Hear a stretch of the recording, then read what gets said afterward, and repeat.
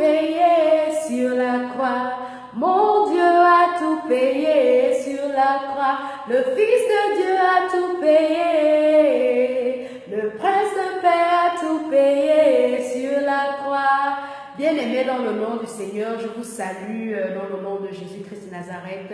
Soyez bénis, soyez bénis, soyez bénis. Alors ce matin, j'ai une bonne nouvelle pour toi, mon bien-aimé, ce matin. C'est que Jésus a tout payé sur la croix de Golgotha pour toi. Alors, bien-aimé, ne t'inquiète plus pour ton sort. L'affaire des sorciers, là.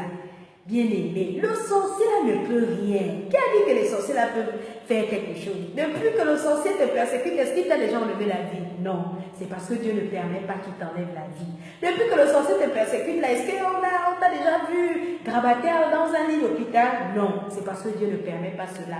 Mais le sorcier, Dieu permet, ou encore il laisse le sorcier, on va dire comme ça, te perturber, te créer de temps à autre quelques petits soucis. Parce que nous, les enfants de Dieu, on parle en termes de soucis, parce que l'Éternel veut glorifier ton nom. Et le sorcier ne sait pas que Dieu l'utilise même pour faire. En fait, on utilise, nous les chrétiens, on utilise les sorciers, ou encore Dieu utilise les sorciers pour glorifier son nom. Jésus a tout payé à la croix de Golgotha, bien-aimé. Le sorcier, quand il est le petit sorcier de ta famille, là, il ne peut rien contre la volonté de Dieu. La Bible dit que rien n'est impossible à Dieu, mais seulement il y a un temps pour tout. Toi qui penses que ta situation, la stérilité, là, depuis des années, tu ne fais pas des enfants. N'as-tu pas lu dans la Bible l'histoire de Sarah? Elle a 90 ans qu'elle a conçu. Tu penses peut-être que tu ne vas jamais enfanter ou tu n'auras jamais le travail, bien aimé. Non, mais tu auras le travail, tu vas enfanter. Le sorcier vient, il met la virgule. C'est Dieu qui met le point final. Il met le point final à l'histoire de ta vie. Pourquoi t'inquiéter? Est-ce que tu as besoin de t'inquiéter? Oh, tu as un Dieu, mon Dieu bien-aimé. Nous les chrétiens, on ne connaît pas le Dieu qu'on prie, Seigneur Jésus. On ne connaît pas la puissance du Dieu Tout-Puissant. Oh, Jésus-Christ de Nazareth. On est là que trembler avec les petits sorciers. Si tu as besoin d'un travail, si tu as besoin des enfants, est-ce que tu as besoin de paniquer? Oh, tu as un Dieu, invoque-le. Est-ce que tu as besoin de féticher? Oh, ma soeur, oh, invoque-le.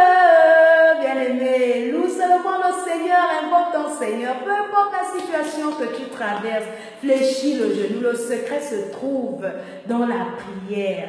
Voilà pourquoi il est bon pour nous, les chrétiens, que de prier chaque jour. Comme la Bible dit, prier sans cesse. La prière n'a pas de moment précis. On ne prie pas parce que la vie va bien, parce qu'on a des bénédictions. Non, on prie en tout temps et en tout lieu. En toutes circonstances, il faut prier. Parce qu'on ne sait jamais à quel moment une situation, on va dire comme ça, de tristesse peut nous frapper. Non, mais on peut déjà contrecarrer toutes ces situations-là dans la prière.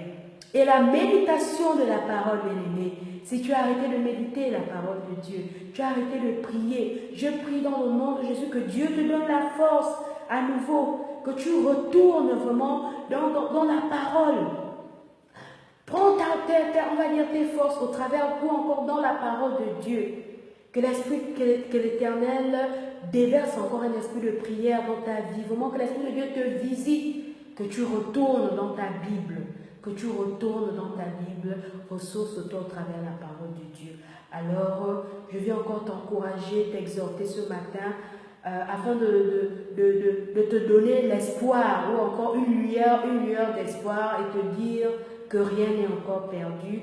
Toi qui penses que voilà la situation que tu vis depuis un moment va continuer ainsi, non. De la même manière qu'il y a un début en toute chose, c'est de cette même manière qu'il y a une fin. Alors, dis-toi que la situation que tu vis aujourd'hui, elle est là, c'est vrai, mais elle finira un jour. Et c'est Dieu seul qui pourra te sortir de là.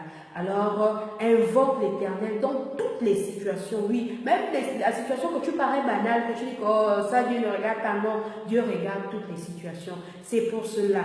Avant de commencer toute chose, recommande tout à ton Seigneur, recommande tout à Dieu, de manière à ce que tout soit fait selon sa volonté. C'est bien de faire les choses comme on le pense ou encore de par notre intelligence, mais c'est encore mieux de faire les choses dans la volonté de Dieu et toujours appeler l'Esprit de Dieu nous conduire et nous diriger. Parce que nous ne connaissons pas le devant, nous ne connaissons pas comment, de quoi demain est fait. Seul Dieu connaît notre avenir et connaît de quoi demain est fait. Alors, sois toujours dans la présence de Dieu. Enlève ces mauvaises pensées, comme quoi Dieu ne t'aime pas. Non, Dieu t'aime, il t'aimera toujours. Tu occupes une place de choix dans son cœur. Tu es son enfant, tu es sa créature. Alors, bien-aimé, sois encore béni dans le nom de Jésus.